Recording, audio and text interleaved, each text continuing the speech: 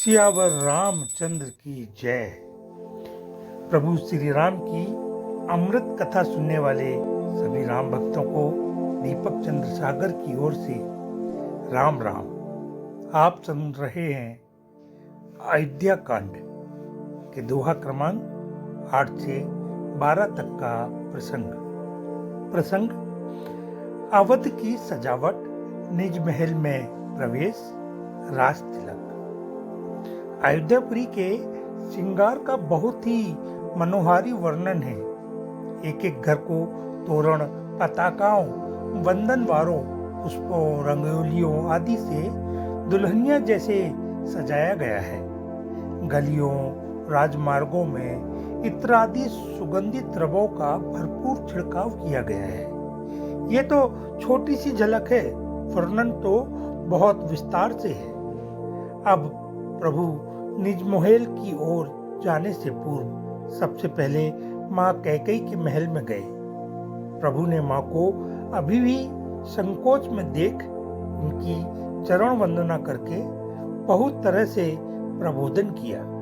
माँ को प्रसन्न कर प्रभु अपने महल गए। यहाँ वशिष्ठ जी ने विद्वान ब्राह्मणों, मंत्रियों, सेवकों आदि को बुलाकर प्रभु के राज तिलक के लिए यही सुंदर मुहूर्त है कहकर आवश्यक सामग्री एकत्रित करने का आदेश दिया। आज्ञा का तुरंत पालन होता है।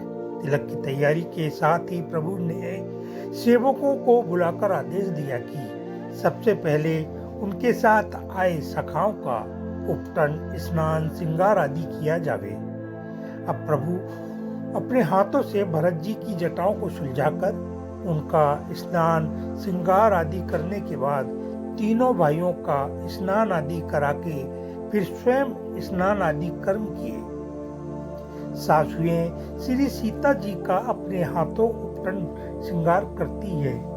गुरुदेव वशिष्ठ जी ने सूर्य के समान तेजोमय दिव्य सिंहासन मंगाया और उस पर श्री सीता राम मनोहर जोड़ी को वेद मंत्रों के स्वास्तिक वचन के साथ विराजमान कराया।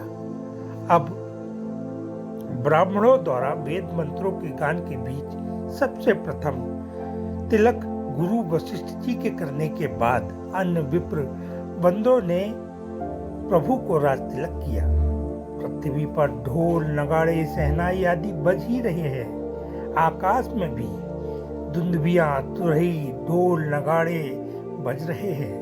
फूलों की वर्षा हो रही है। अप्सराएं नाच रही हैं। देवता मुनि सब परमानंद में मग्न हैं।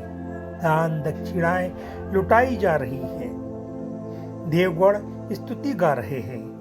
भरत आदि भाइयों के साथ विभीषण, अंगद, हनुमान आदि छत्र चावर लिए क्रमबद्ध प्रभु की सेवा में लगे हैं। मानस के तीसरे घाट पर काकभूषणी जी राम कथा सुनाते हुए कहते हैं, हे गरुड़, वह समाज, वह सुख, वह झांकी की सुंदरता किसी से कहते नहीं बनती। शेष, शारदा, शिव जी ही उस रस को जानते हैं।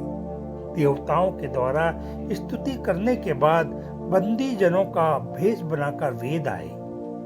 इस रहस्य को कोई नहीं समझ सका और वे प्रभु की स्तुति का गुणगान करने लगे। सियावर रामचंद्र की जय।